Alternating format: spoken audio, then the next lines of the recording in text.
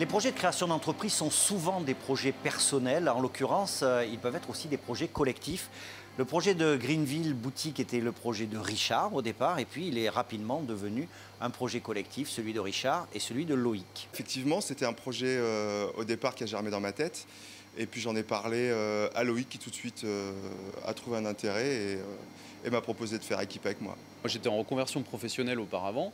Je me demandais un petit peu dans quelle direction j'allais professionnellement. Je n'étais pas satisfait par mon quotidien dans le milieu du travail.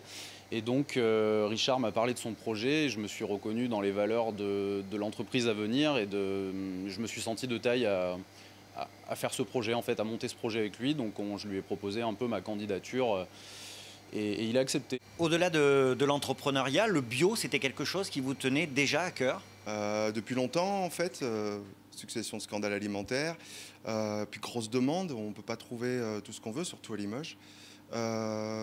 Et puis du vrai bio surtout, nous on a vraiment voulu faire du vrai bio, c'est-à-dire le bio proche d'ici, pas du bio du bout du monde, pas du bio qui veut rien dire du tout.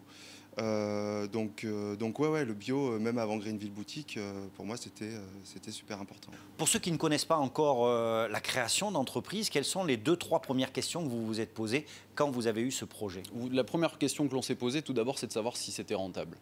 Parce que c'est le nerf de la guerre. Et qu'il fallait d'abord voir s'il y avait une opportunité de rendre pérenne l'entreprise sur le centre-ville de Limoges. On a vu qu'il y avait un besoin, qu'à l'époque il n'y avait pas de magasin bio ni de restaurant bio sur le centre-ville de Limoges. Donc on s'est dit qu'il y avait la place pour nous. Moi je l'ai plutôt pris à l'envers en me disant que c'était ce que je voulais faire de toute façon. Proposer quelque chose d'éthique, de responsable, que ce soit pour les producteurs qui fournissent, pour les clients et puis évidemment pour qu'on puisse gagner notre vie. Mais vraiment le but c'était, moi, ras-le-bol des supermarchés, ras-le-bol on nous vend des choses suremballées, etc. Et rien qu'en tant que consommateur, j'avais vraiment du mal à trouver chaussures à mon pied. Donc je me suis dit, ça n'existe pas, on va le créer. Donc on avait notre projet, on avait écrit pas mal de choses, on avait couché sur le papier toutes les idées, on avait budgétisé aussi beaucoup de choses, mais ça restait assez théorique. Et on est tombé sur cette boutique qui était idéale pour nous, tant au niveau de la surface de vente pour l'épicerie, avec une cuisine totalement équipée. On a eu le coup de cœur direct, donc on a tout fait pour l'avoir. On l'a eu très rapidement, et donc ça s'est enchaîné super rapidement. On a fait nos petits travaux, on s'est très vite senti chez nous.